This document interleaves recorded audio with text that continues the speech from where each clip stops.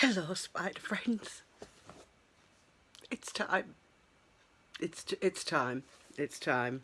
We started Onision's third book, Reaper's Creek, which again I think can feel the need to rectify that I bought these second hand from eBay because I didn't want Greg to get any money. This is meant to be the worst one. So okay. Oh, and just as a disclaimer, there is no copyright information in this book, so just disclaimer, because it doesn't say that the rights of the author have been asserted, I'm totally free to read this book as it's transformative. It's a sort of audiobook adaptation type of thing. Are you sitting comfortably? Let's begin. Okay, we'll read this first. There is more. Before you read this book, I want you to understand something. All of my books, Stones to Abigail, This Is Why I Hate You, and now Reaper's Creek, they are not creations of pure fiction. These are stories from my own life, mixed in with my imagination. Many of these things told in these stories reflect on who I really was, what really happened, and what was going on in my mind. Stones to Abigail represented the better version of myself. It's a bit worrying. Where's the flag? Where's the flag? I definitely need this for this book. Many of the events of that book happened in real life as well. This Is Why I Hate You represented the darker version of myself. Various aspects of that book were derived from my actual life too. But this one is simply myself, who I was, both good and bad, during the time the story takes place. Just as a pre-warning, I know what happens in this book, so keep that in mind. Keep that in mind. As you read, I'll leave it up to you to decide what events really happened and what is a product of creativity. Chapter 1. Welcome to the Creek. I was home. Finally. My father had taken me so many places when I was in Ohio. He bought me so many things, but maybe that was just to make up for the missing child support payments. Everyone seemed so worried about what their ex would do with their money, as if they are a completely different person who they originally fell in love with. What made you trust them from the start? Also, why did your trust suddenly go away? Just because my mom left you? I couldn't hear much over the furnace blasting in my ears. The tiny window at the base of my bed my stepdad built me allowed a subtle glow of light to peer in. I crawled over to the window to see my sister, Joanna, playing outside with our geese. She was happy to be home as well. Summer this year was strange. There was a girl there. When I looked at her, it felt she was staring right through me. She had curly brown hair. Her parents were both from Latin America. She was so cute. She was my favourite part of church every Saturday, and the entire state of Ohio itself. At this point, she is my main reason to return next summer. As I have no idea what to do with my father, Joanna just says ditto whenever she talks to my dad on the phone after he says he loves her. I wonder if he is caught to the fact that she says that because of the things my mum told her about her biological father. Things I think might be true. I climbed down my bed, hanging by chains over my water heater, washer and dryer.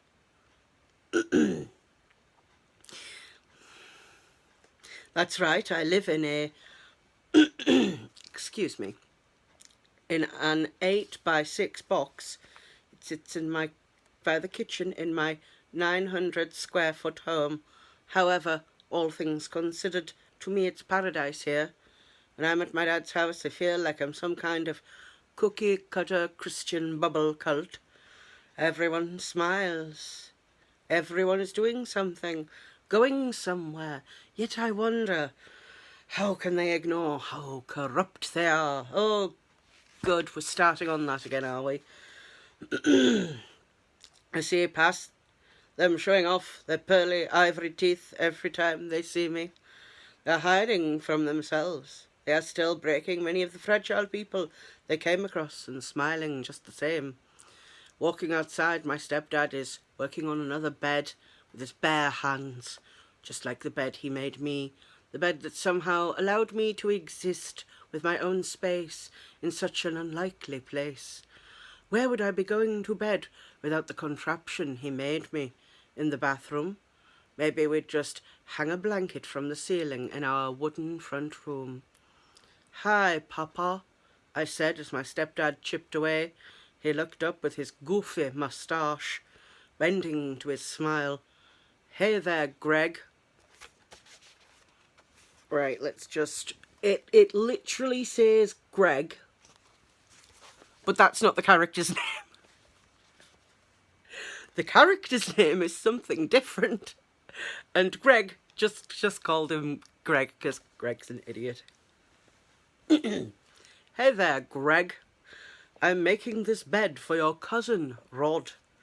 I smiled and replied, "Oh, cool," and thought about what he was getting out of it. My stepdad had so much time on his hands.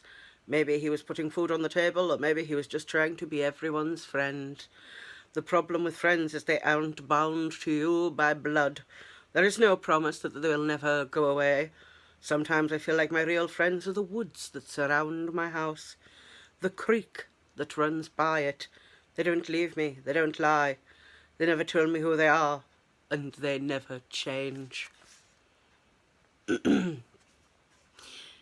"Hey, Dork," belted my sister, who was no longer playing with the geese. "Oh, hi, Joanna. What are you doing?" I said, with a smirk. She replied, "None of your business, loser." This was typical Joanna being irrational. Why did she say hi to me if she did not want to talk? Oh, right, to call me a dork and move on.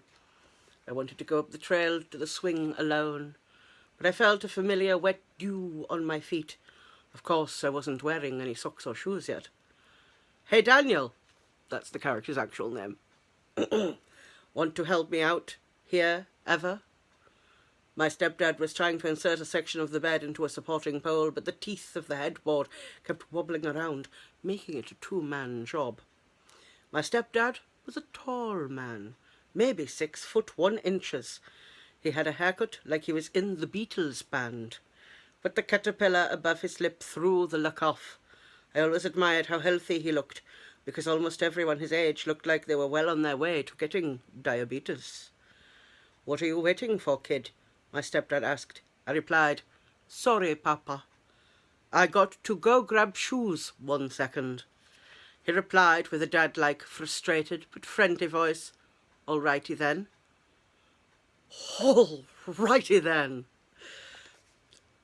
Sorry, I came up in the 90s, it's standard.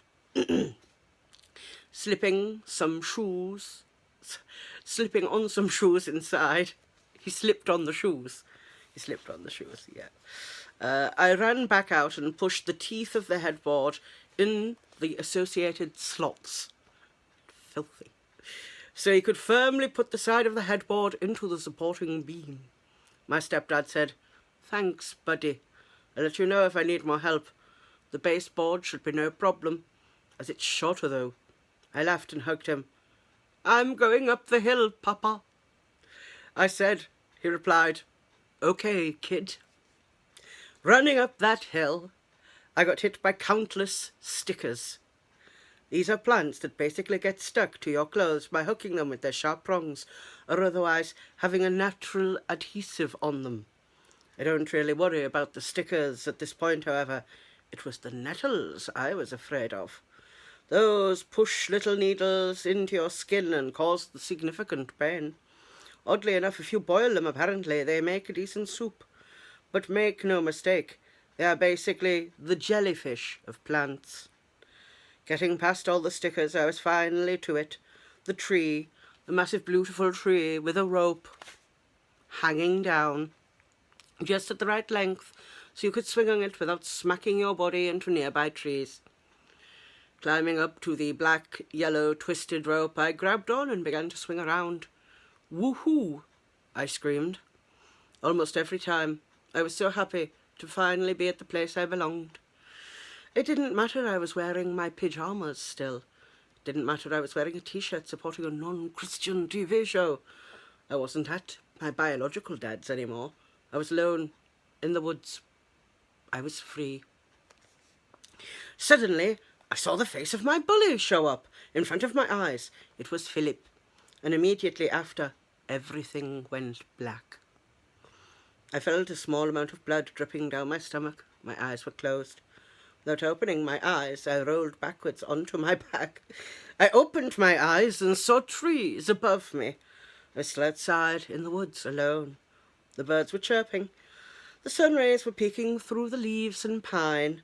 The air was so beautiful smelling, and I could hear little insects crawling around me, minding their own business. Everything was right, where it should be, except for me. What happened? Looking down, I could see the white t-shirt I was wearing now had a hole in it, and a blood spot. I had fallen off the rope swing after I fainted. Why did I see Philip's face? Walking down the hill and into the yard, Joanna said with her basic brown teenager haircut, and her clothes that were too tight for her plump body type, "Oh my God, Doc, are you going to die or something?"